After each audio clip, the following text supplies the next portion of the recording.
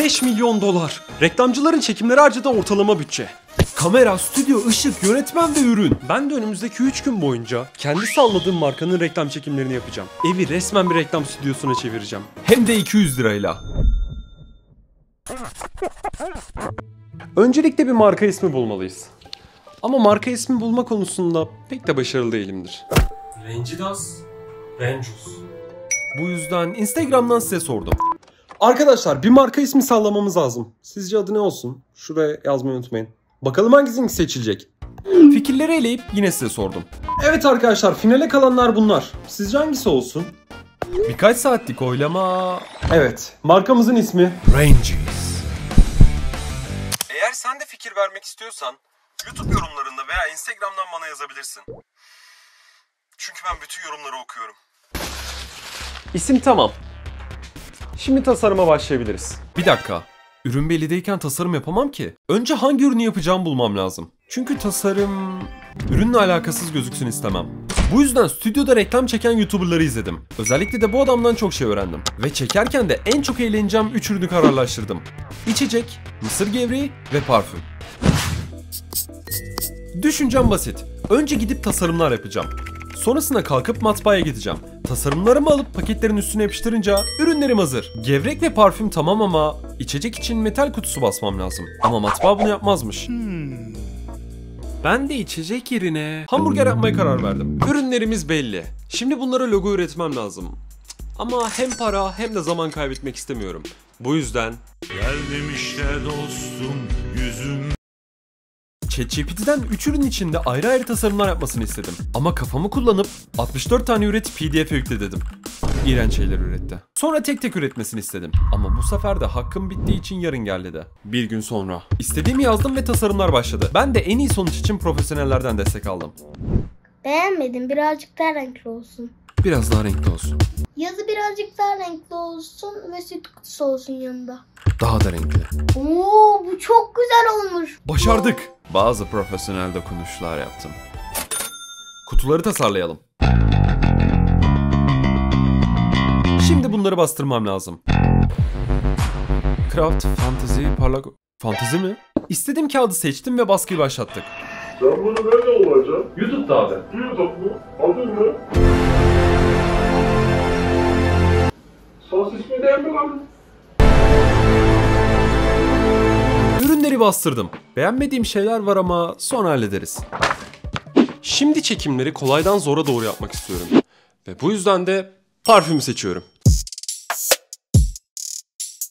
Planımı yaptım. Önce parfümü yakın çekimler alıp sonra üzerime sıkacağım. Ve en sonunda troll bir şey deneyeceğim. Bu yüzden bana bunlar gerek.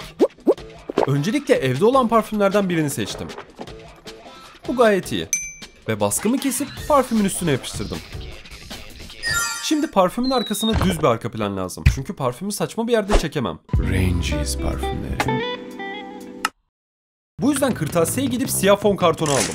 Bunları parfümün arkasına koyunca artık evde çekildiği anlaşılmayacak. Malzemeler de tamamsa ortamı kurmaya başlayalım.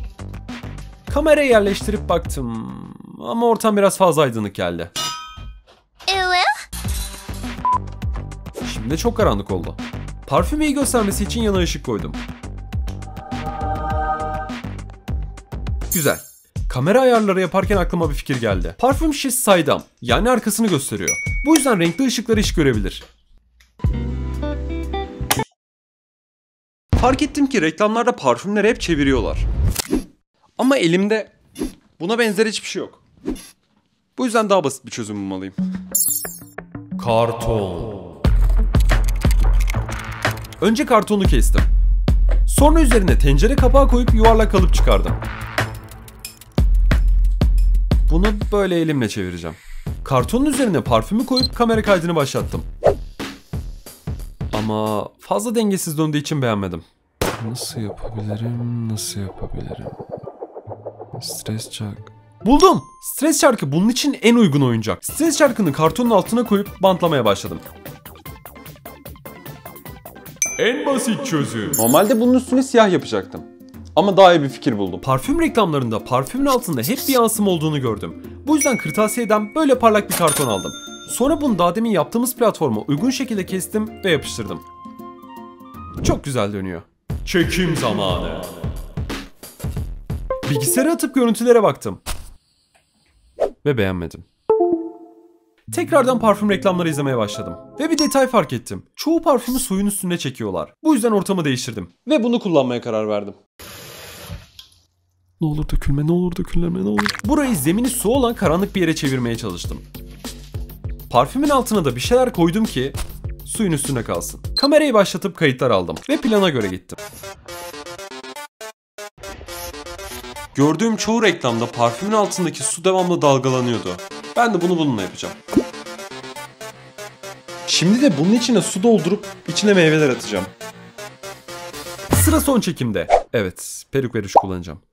Kayıt. Ne çektiğimi sorgulamayın. Parfümde çok sabit çekimler yaptım. Bu yüzden mısır gevreğinde biraz daha farklı şeyler denemek istiyorum. Ama öncesinde kutuyu yapmalıyız. Baskıyı kartona alınca renkleri birazcık solmuş. Ve kalınlığı da pek istediğim gibi değil. Bakalım nasıl olacak. Ve bunun gibi gözükecek. Önce piritle yapıştırmayı denedim. Ama tutmadı. Sonra evde çok eski bir kapta uhu buldum. 2014'ten kalma. Umarım bu tutar. Burada merak edip koklamak istedim. Yüzümden de anlaşıldığı gibi. Bozulmuş. Bu da tutmayınca temel yöntemlere geri döndüm. Bant. Böyle bir şey oldu. Bunu 2 ay atıp size güzel olmuş mu diye sordum. Olmamış dediniz. Belki de marketten gerçek bir kutu alıp baskımı üstüne bantlamalıyım. Yola koyuldum. Ama galiba marketler artık kutulu gevrek satmıyorlarmış. Nerede eskiden o içinden oyun çıkan kutular?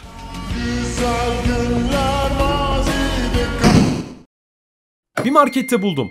Ama bir problem var. Bunlar siyah beyaz. Beğenmedim. Birazcık daha renkli olsun. Daha büyük markette benzer bir tane buldum. Gidip baskıyı aldıktan sonra çift taraflı bant da aldım. Çünkü Tony Stark hatalarından ders alır. Şimdi yeni kutuyu yapma zamanı. Yeter Range, kutu yapımı izlemekten sıkıldım. Bitirdim. Bu sefer iyi oldu bence. İçine gevrekleri de dökünce paketin içindeki resimdekiyle aynı oldu. Let's go. Mısır gevreği çocuklara yönelik olduğu için siyah arka plan yerine maviye uyumlu başka bir renk istiyorum. O yüzden turuncu fon kartonu aldım. Çekim zamanı.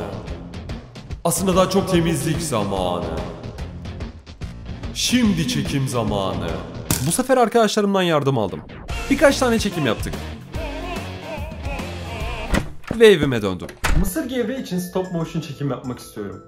İlla ki görmüşsünüzdür. Arda arda çekilmiş fotoğraflarını birleştirerek video gibi gösteriyorlar. Ben bunu gevreklerle yapacağım.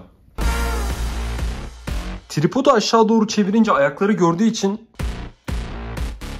buraya koydum. Böylece ayaklar görünmeden aşağıya çekebileceğim. Şimdi bu fon kartonun üstüne mısır gevreklerini dökeceğim. Ve hepsinin de buradan fotoğrafını çekip duracağım.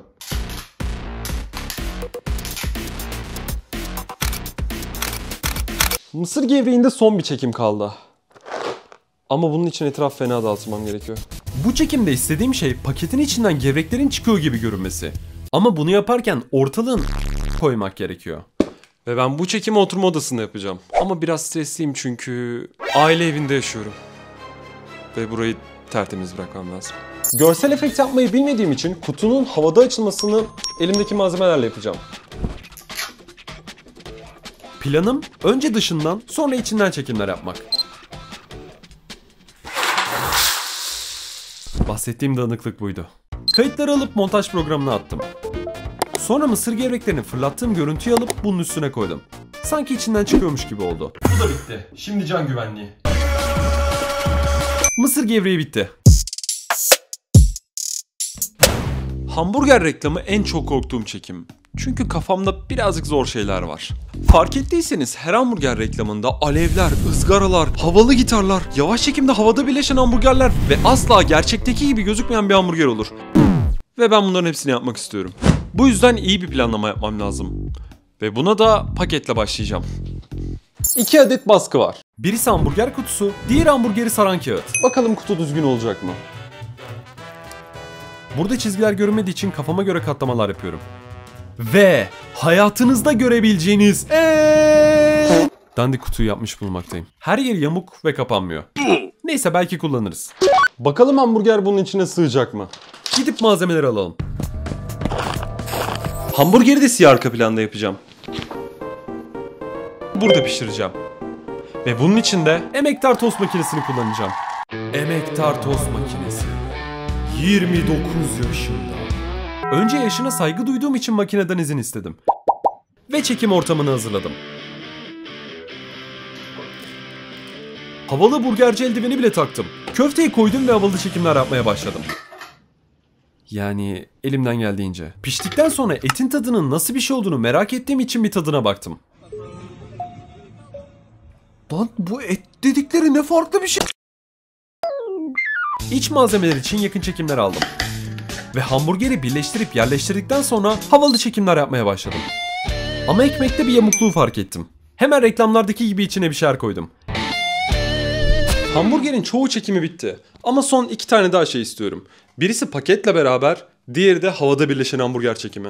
Önce kolay çekimle başlayalım. Hamburgeri pakete koyup döndürmeye başladım. Kağıda da tam sığmadığı için kadim dostumdan yardım aldım. Bant. Bunu da koyup döndürerek çektikten sonra malzemeleri çıkardım. Çünkü şimdi son ama en zor çekimdeyim. Bunların hepsini tek tek atarak havada birleşiyormuş gibi editleyeceğim. Burada ben bile yapabileceğime inanmıyordum. Ve başladım. Malzemelerin hepsini yukarıdan bıraktım. Ve hayal kırıklığına uğradım. Sonra tek tek malzemeleri atarak çektim. Ama bunun da işe yaramadığını gördüm. Sonra aklıma bir fikir geldi. Edit konusunda bilgili olduğum için bir şeyleri sonradan silebilirim. Bu yüzden iğne ve ip kullanmayı düşündüm. Malzemeleri iple birbirine bağlayıp havadan düşürdükten sonra editle ipi sileceğim. Böylece hamburger kendi birleşmiş gibi olacak. Şimdi bu malzemelerin içinden tek tek iğne ile iplik geçireceğim. Sonra hepsinin içinden ipi geçirdim. Ve en son hepsini ipten tutarak yavaşça birleştirdim. Bu da son çekimde. Şimdi edite başlayalım.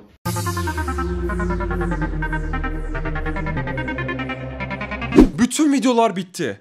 Editteyken birkaç tane sahneye atmam gerekti. Bakalım beğenecek misiniz? 200 lirayla evde reklam filmi çekmek.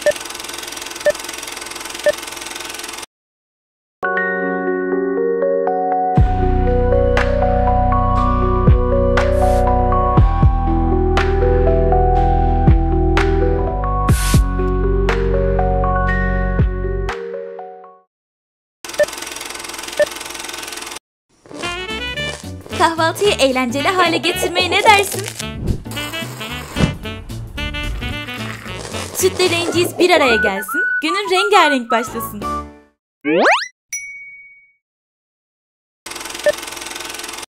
Lezzetli bir hamburgere ne dersin? Tam istediğin gibi. Gerçek lezzet tek adres. %100 doğal. Sulu sulu. Her şeyi unutup hamburgerinin tadını çıkar. Ranges. Sponsor. Yeni nesil bir tarayıcı deneyimine hazır olun. Opera'nın dinamik müzik oynatıcısıyla arka planda müziğimizi açalım ve kenara bırakalım. Eğer benim gibi çok sekme kullanıyorsanız Opera bu soruna harika bir çözüm bulmuş. Benzer sekmeleri gruplayıp bir arada tutabiliyorsunuz. Hem düzenli bir görünüm hem de çok daha verimli bir kullanım sağlıyor. Son sekme ziyaretlerinizi işaretleyen çizgilerle size kolayca yolu gösteriyor. Alttaki çizgi ne kadar koyuysa sekmeyi o kadar yakın zamanda kullanmışsınız. Aynı pencerede iki sekmeyi yan yana kullanabiliyorsunuz. Değiştirilebilir tema sayesinde istediğinizi seçebilirsiniz. Siz de Opera'yı denemek isterseniz indirme linkine açıklama kısmından ulaşabilirsiniz.